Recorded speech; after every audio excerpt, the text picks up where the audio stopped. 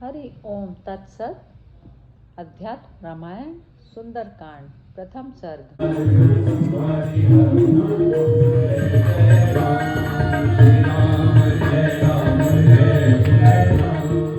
हनुमान जी का समुद्र उल्लंघन और लंका प्रवेश। हरि अनंत हरि कथानंता, कहे सुनहि बहु विधि सब संता। प्रभु श्री राम भी अनंत हैं, उनकी कीर्ति भी अपरंपार है। संतों ने प्रभु की कीर्ति का अलग अलग वर्णन किया है।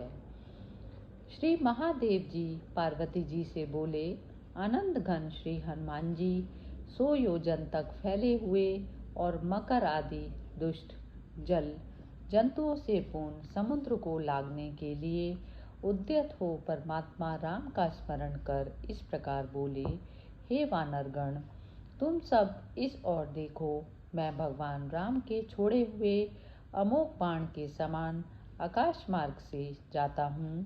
मैं आज ही राम प्रिया जनक नंदिनी श्री सीता जी को देखूंगा। निश्चय ही अब मैं कृत कार्य होकर ही पुनः श्री रघुनाथ जी का दर्शन करूंगा।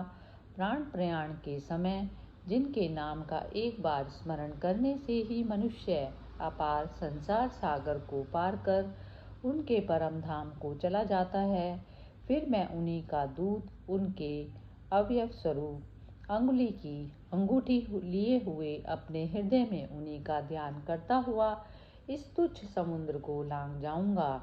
तो इसमें कौन सी बड़ी बात है। ऐसा कह श्री हनुमान जी ने अपनी बाहें फैलाई और पूंछ को सीधा किया तथा तुरंत ही गर्दन को सीधा एवं दृष्टि को ऊपर की ओर कर पांव सिकोड़ लिए और दक्षिण की ओर मुख करके वायु वेग से उड़ान लगाई। उस समय वे देवताओं के देखते देखते आकाश मार्ग से बड़े तीव्र वेग से जा रहे थे।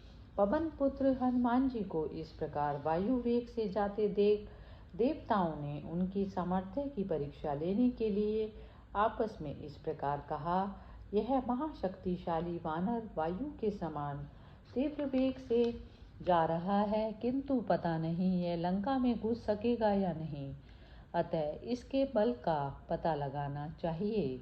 परस्पर ऐसा विचार कर उन्होंने कुतूहलवश नागमाता सुरसा से कहा, सुरसे, तुम अभी जाकर इस वानर श्रेष्ठ के मार्ग में कुछ विघ्न खड़ा करो और इसकी बल बुद्धि का पता लगाकर तुरंत लौट आओ। देवताओं के इस प्रकार कहने पर वह तुरंत ही हनुमान जी को विघ्न उपस्थित करने के लिए गई। वह उनके मार्ग को सामने से रोककर खड़ी हो गई और बोली, हे महामते, आओ शीघ्र ही मेरे मुख में प्रवेश करो। मैं भूख से अत्यंत व्याकुल थी, अतः देवताओं ने तुम्हें मेरा भक्ष्य बनाया है। तब हनुमान जी ने उससे कहा, हे माते, मैं श्री रामचंद्र जी की आज्ञा से जानकी जी को देखने के लिए जा रहा हूँ। वहाँ से शीघ्र ही लौटकर श्री रघुनाथ जी को उनका कुशल समाचार सुनाकर फिर मैं तेरे मुख में प्रवेश करूँगा। हे सुरसे, मैं तुझे प्रणाम करता हूँ, तू मेरा मार्ग छोड़ दे।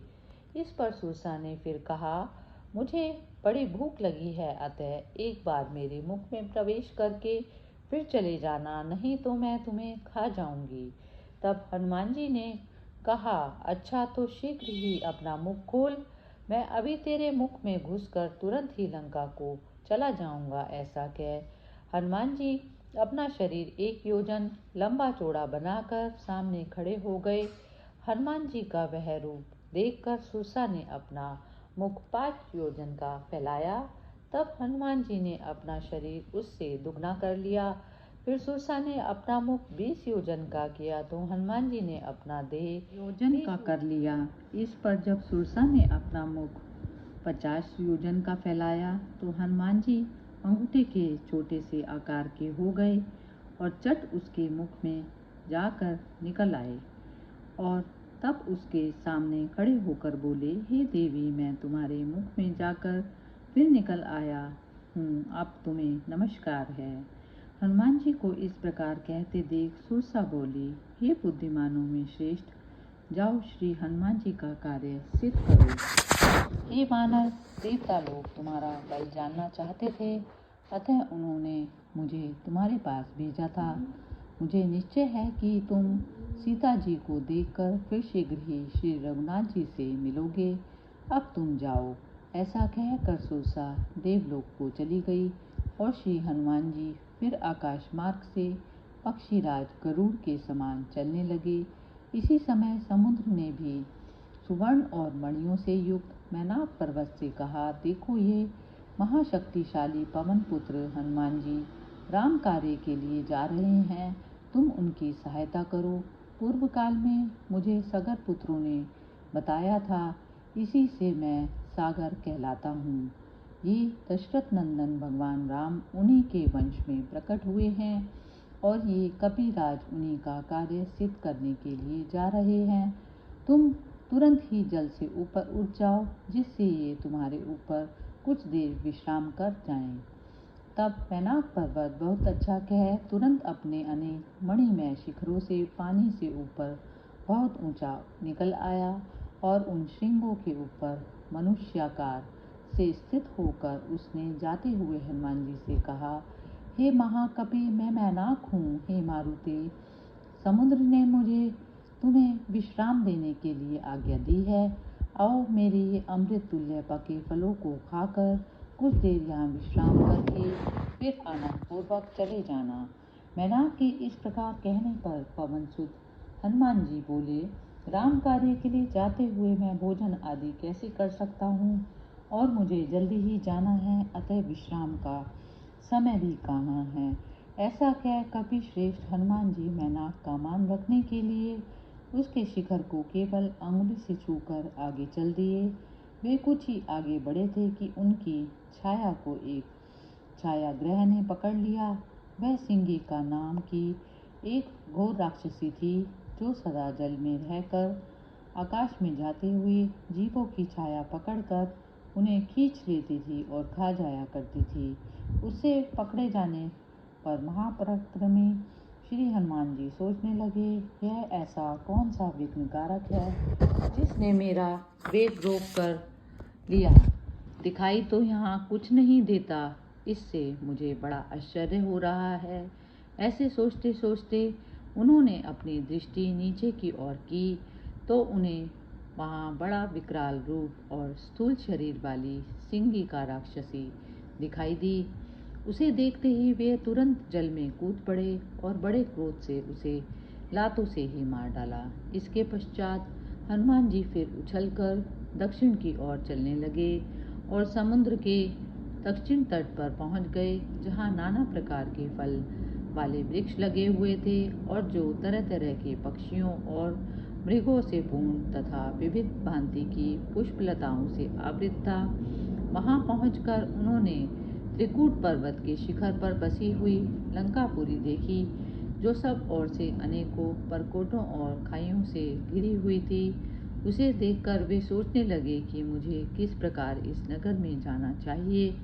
फिर निश्चय किया कि मैं रात्रि के समय सूक्ष्म शरीर धारण कर इस ब्राह्मण प्रतिपालित लंकापुरी में प्रवेश करूंगा। यह विचार कर वे वहीं ठहर गए और फिर लंका की ओर चल पड़े। जिस समय महाप्रतापी श्री हनुमान जी ने सूक्ष्म शरीर धारण कर नगर के द्वार में प्रवेश किया, उस समय वहां साक्षात लंकापुरी राक्षसी का रूप धारण किए खड़ी थी। उसने हनुमान जी को नगर में जाते देख डांटा और पूछा, तू कौन है? तो इस रात्रि के समय मुझ लंकनी का अनादर कर चोर के समान वानर रूप से नगर जा रहा है, और यहाँ तू क्या करना चाहता है? ऐसा कह उसने क्रोध से आंखें लाल कर उनके लात मारी। तब हनुमान जी ने उसकी अवज्ञा करते हुए उसे बाएं हाथ का घूंसा मारा, जिससे वह बहुत सा रुधिर वमन करती हुई पृथ्वी पर गिर पड़ी। फिर कुछ देर बाद लंकनी ने उठकर महाबली हनुमान जी से कहा, हे हनुमान, जाओ, तुम्हारा कल्याण हो।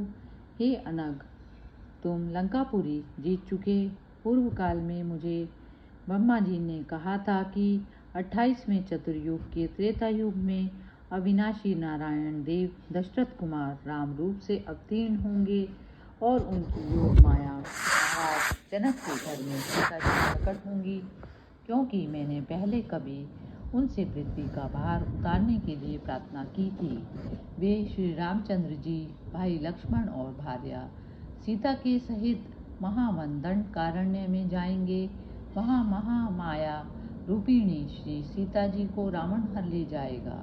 उसके बाद राम जी के साथ सुग्रीव की मित्रता होगी और सुग्रीव जानकी जी की खोज के लिए वानरों को भेजेगा। उनमें से एक वानर रात्रि के समय तेरे पास आएगा। वह तुझसे तिरस्कृत होने पर भी तेरा मुक्का मारेगा। हे अनघे, जिस समय तू उसके प्रहार से व्याकुल हो जाएगी, उसी समय रावण का अंत होगा, इसमें संदेह नहीं।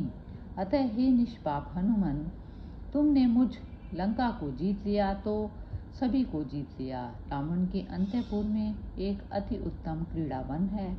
उसमें दिव्य वृक्षों से संपन्न एक अशोक वाटिका है। उसके बीचों बीच एक अति विशाल शीशम का वृक्ष है। श्री जानकी जी वहीं पर भयंकर राक्षसियों के पहरे में रहती हैं। तुम उनका दर्शन कर शीघ्र ही श्री रघुनाथ जी को उनका समाचार सुनाओ। आज बहुत दिनों में मुझे श्री रामचंद्र जी की संसार बंधन को नष्ट करने वाली स्मृति हुई है और उनके भक्त का अति दुर्लभ संग प्राप्त हुआ है। अतः आज मैं धन्य हूँ। मेरे हृदय में विराजमान वे दशरथ नंदन राम मुझ पर सदा प्रसन्न रहें।